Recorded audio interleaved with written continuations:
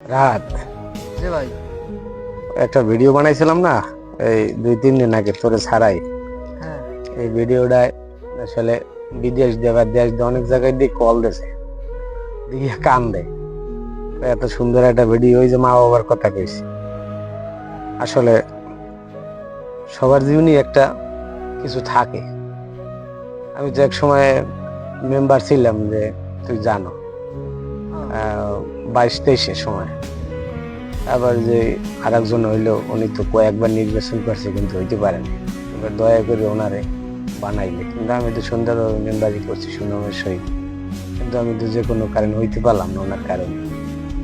তখন আমি একালে খুব বিপদে পড়ে যাই। তখন আমার বাবারে আমি কইলাম, বাবা আমার একটু জমি দাও, নাহলে ছেলে মেয়ে নিয়ে আমি চলতে পারবো না, সমস্যা হইব। তখন বাবা তেমন একটা মূল্যায়ন করেনি। আমার ছোট একটা খামার ছিল, তো জানোই। এই খামারটা হঠাৎ একটা ভাইরাস লাগিয়া কিছু গরু মারা গেল। তখন তো আমি খুব কষ্ট করে যাই। মেম্বারি যাওয়ার পরে আমি সংসার চালাইতে তো কষ্ট, ছেলে মেয়ের পড়াশোনা, সংসার। আমার বাবা আমার আলাদা করে দিয়েছিল, আমার খুব কষ্ট হয় চলাইতে, ধার দেনা হয়ে যায়। বাবা তেমন একটা আমল করলেন না।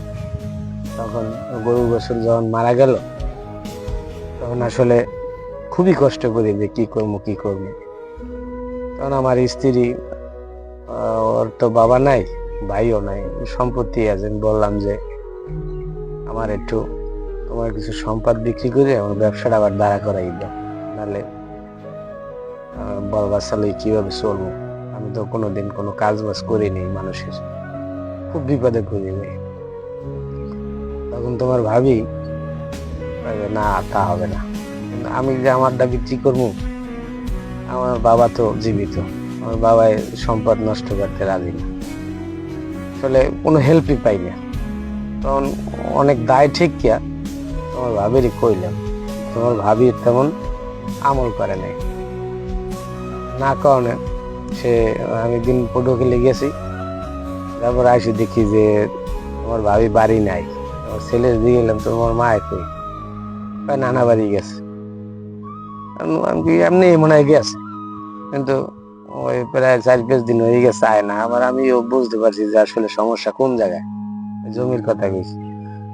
বাচ্চারা তো ওরা বোঝে না। দীর্ঘদিন যাবত ওই জায়গায়, কিন্তু আমিও রাগ করে ফোন টোন দেইনি, আসলে বিপদের সময় স্ত্রীও পাইনি। এমন বিপদে পড়ছি, তারপরে মানে খুবই বিপদে পড়ি। ছেলে মেয়ে দুইটা শহরে সরকারি স্কুলে পড়াশোনা করতে, ভালো স্কুলে। পরবর্তীতে আমার সবকিছুই বন্ধ হয়ে যায়। তখন একমাত্র ওই আমার মা এবং বাবা, এরাই আমার হাত ধরে। আসলে এই কথাটা মনে পড়লেই চোখের পানি আসে। এই জন্যই আসলে চোখ দিয়ে সেদিন পানি বেরিয়ে গেছে।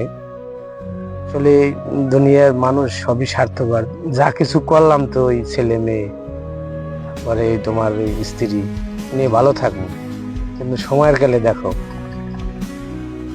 মা বাবাই পাশে দাঁড়ায়, তাদের জন্য আমরা কি করছি। আসলে এই এই এই এই উক্তিটা যখন আসে, তখনই চোখে পানি আসে।